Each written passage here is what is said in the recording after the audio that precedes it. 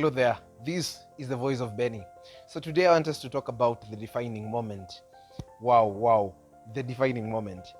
Every person is mentioning about Frederick Omanyala, guy born in 1996, 2nd January.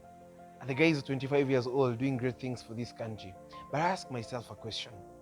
Has this guy faced a turnaround in his life? Yes, he has. He's just faced a defining moment in his life. But what has he done to get there? Sometimes back, he was mentioned in the media, and they say this guy, he's doping, so many things, so many allegations. But this guy said one thing: I'm not going to focus on answering back the people who are talking about me doping and all this. I'm going to work on my stuff. I'm going to build my craft. And in the words of Bruce Lee, that I don't fear a man who has practiced 10,000 kicks, but I fear a man who has practiced one kick 10,000 times. I want to tell everyone who is watching this video that there comes at a time in life where you don't respond to criticism, where you don't respond to the negative backstones that come in life. In fact, one of the quotes that really drive me in life, it says, when people throw stones at me, I gather them and build a mansion with those stones. This is what this guy has done. When that time comes in life, it's called the defining moment. Defining moments come once in life. They just come once. You remember the blind Bartimaeus? When the blind Bartimaeus was waiting for Jesus, many people were telling him, oh, this guy is too busy for you. This guy is not coming here because of you. Nyamaza bana. But this guy kept on shouting, Jesus, son of David, have mercy on me. The word is son of David. A defining moment needs a revelation. You can't get in a defining moment when you don't have a revelation. What is a revelation? A revelation is an information that makes you stand out. It is that one thing that you know that makes you different in the room. Now, every person wants to get to a defining moment, but what is that one revelation that you have? What is that one revelation that you have? And how do you discover that one revelation? Now, before God deals with a man, there's a question that God loves asking.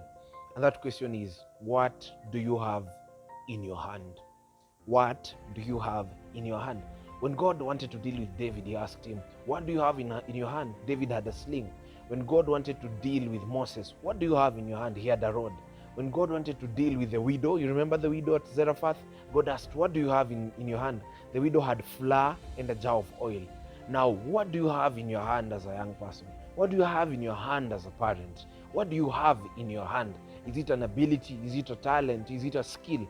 Whatever you have in your hand, that is what you'll use it to get to where you want to go.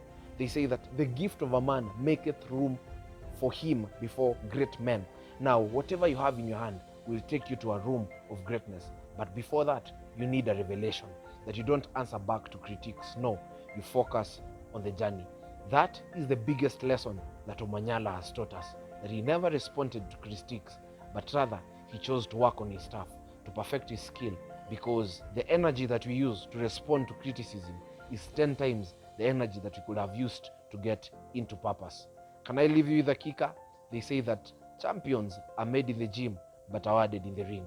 Where is your gym? Push yourself in the gym, separate yourself, separate your mind, just for that one defining moment. It takes a moment to change the life of a man. Let your life change. All the best.